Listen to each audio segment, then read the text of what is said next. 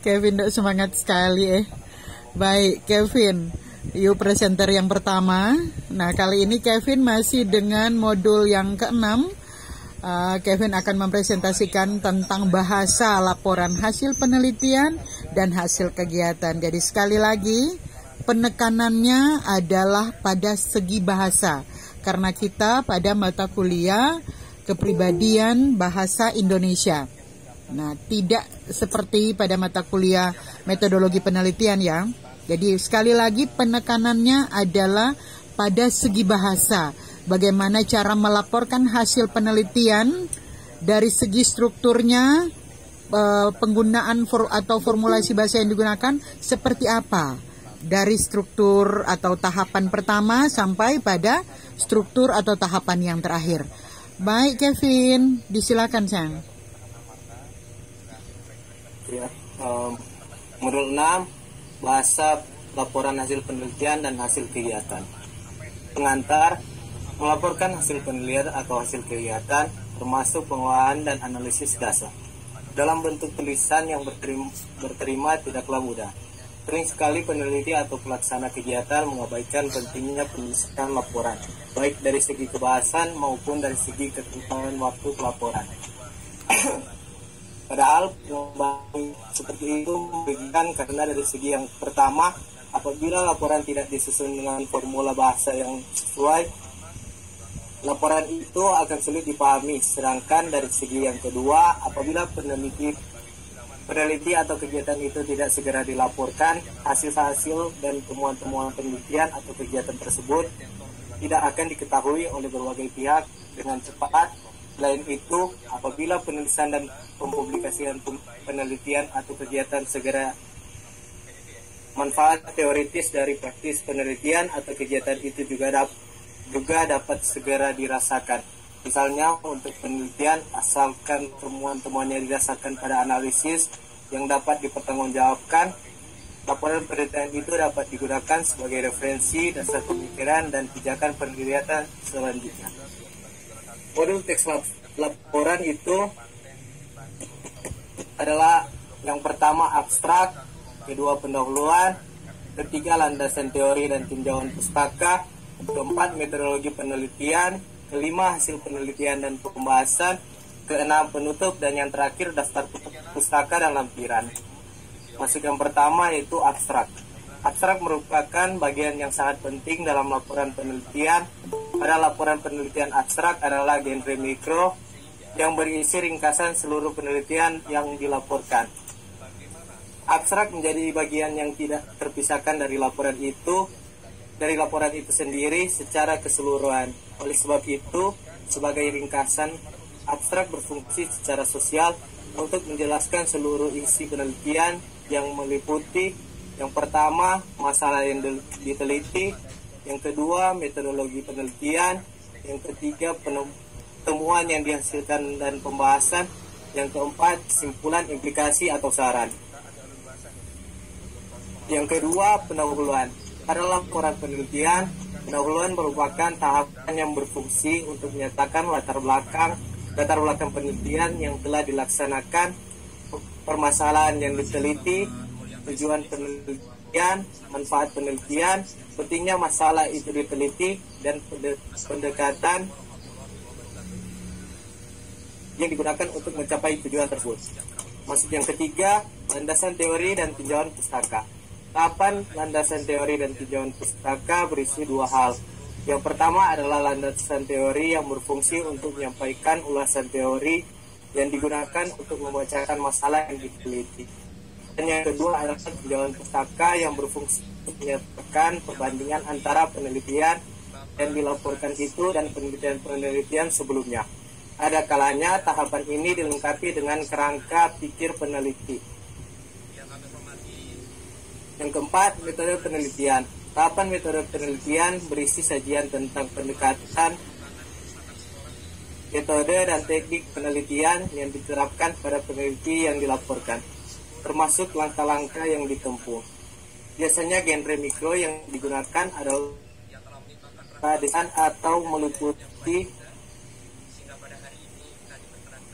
digunakan untuk memaparkan penelitian dan sifat-sifat keputusan data.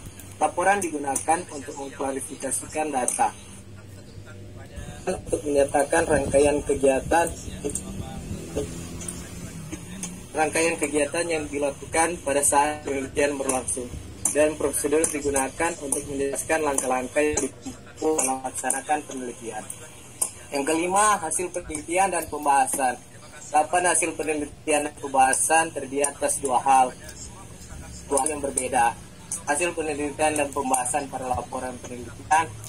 Kedua pembahasan itu dapat dijadikan satu bab dengan nama hasil penelitian dan pembahasan, atau dijadikan dua bab masing-masing dengan hasil penelitian dan pembahasan. Biasanya uraian tentang hasil penelitian dan pembahasan pada laporan penelitian dinyatakan pada bab 4 apabila kedua hal itu dijadikan satu, atau pada bab 4 dan bab 5 apabila kedua hal itu dipisah, seperti yang dicontohkan di bawah ini. Genre mikro yang digunakan untuk mendeskripsikan penelitian dan pembahasan deskripsi atau meliputi eksplanasi. Ini contohnya bisa dilihat.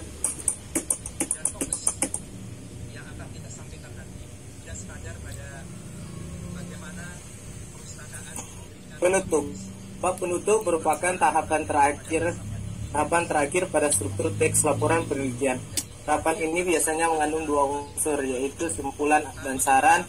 Dan kedua unsur itu, implikasi penelitian, juga sering dimasukkan dalam tahapan tersebut. Daftar pustaka dan lampiran.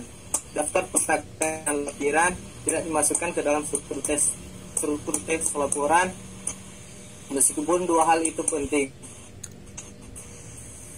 Hendaknya memasukkan ke dalam daftar pustaka semua sumber yang berupa buku, artikel ilmiah, atau terbitan lain yang digunakan sebagai acuan dalam membuat laporan penelitian. Aspek yang juga perlu dicermati adalah bahwa penelitian hendaknya memilih secara konsisten salah satu model penulisan sesuai dengan konvensi yang berlaku, misalnya model yang dikeluarkan oleh APA, American Psychology Association. Di sisi lain, lampiran adalah materi pendukung laporan penelitian yang diletakkan di bagian belakang. Di luar bab-bab ini, lampiran dibuat tersendiri di bagian belakang karena apabila dijadikan satu dengan bab laporan, lampiran itu akan mengganggu sajian laporan ini. Teks laporan kegiatan ringkasan.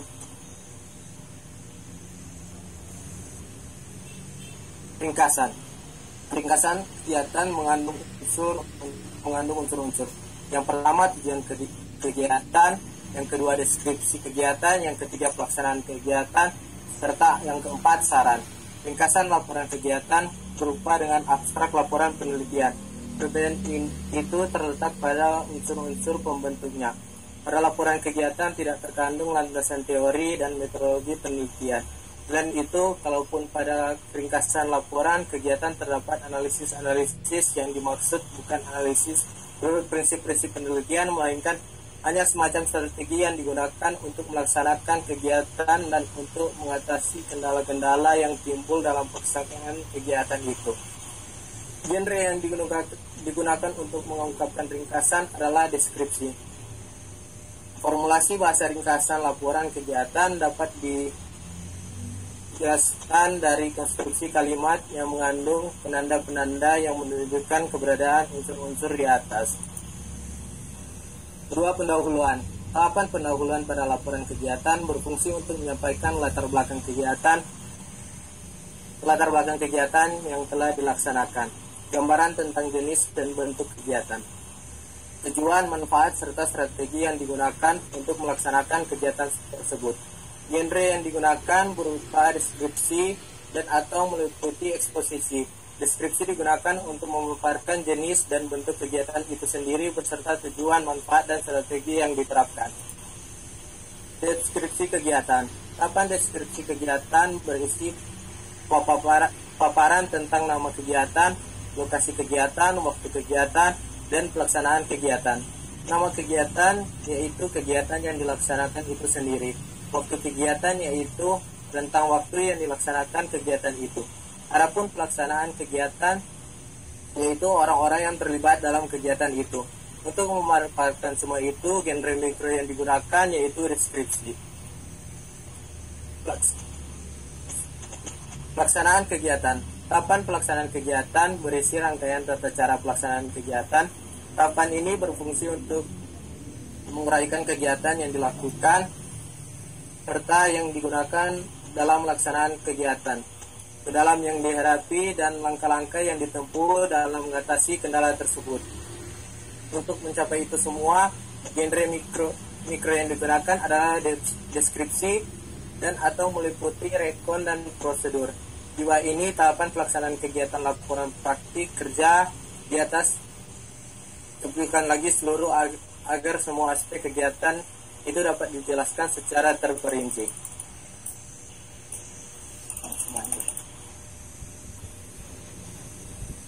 Penutup.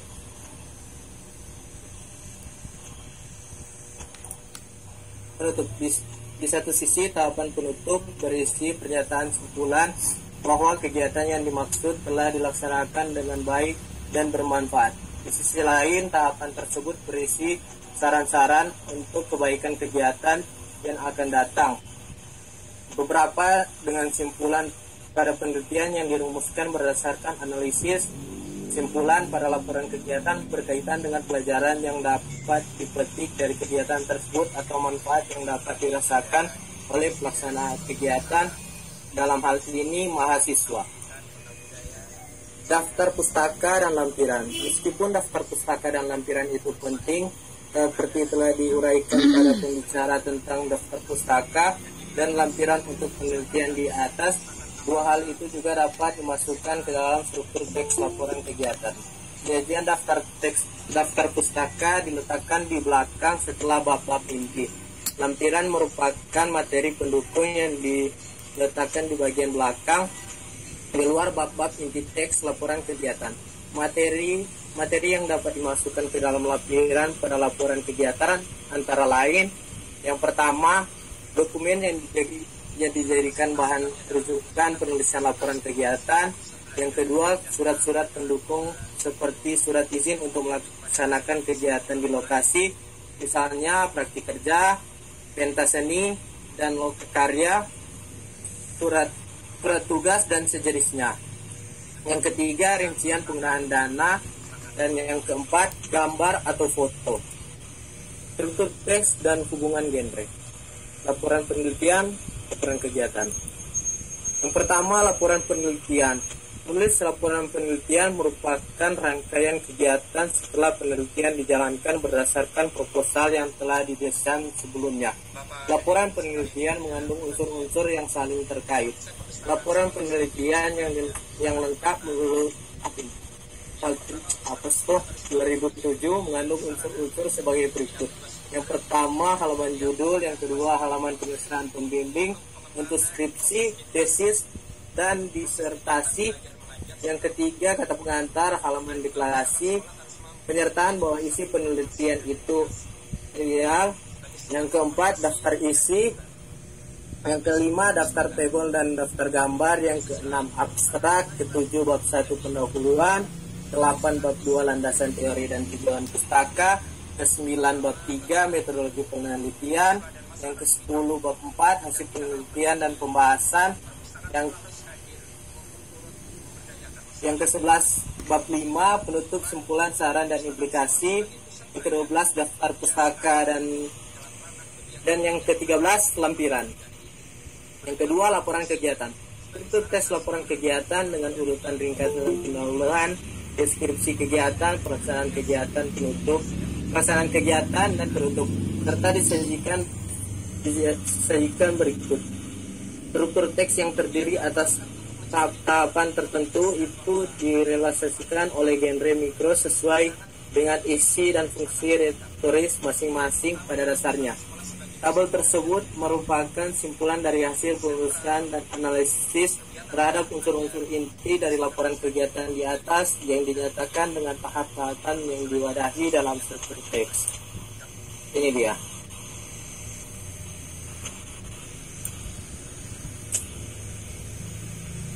Sekian dan terima kasih. Selamat pagi, Miss Bertati.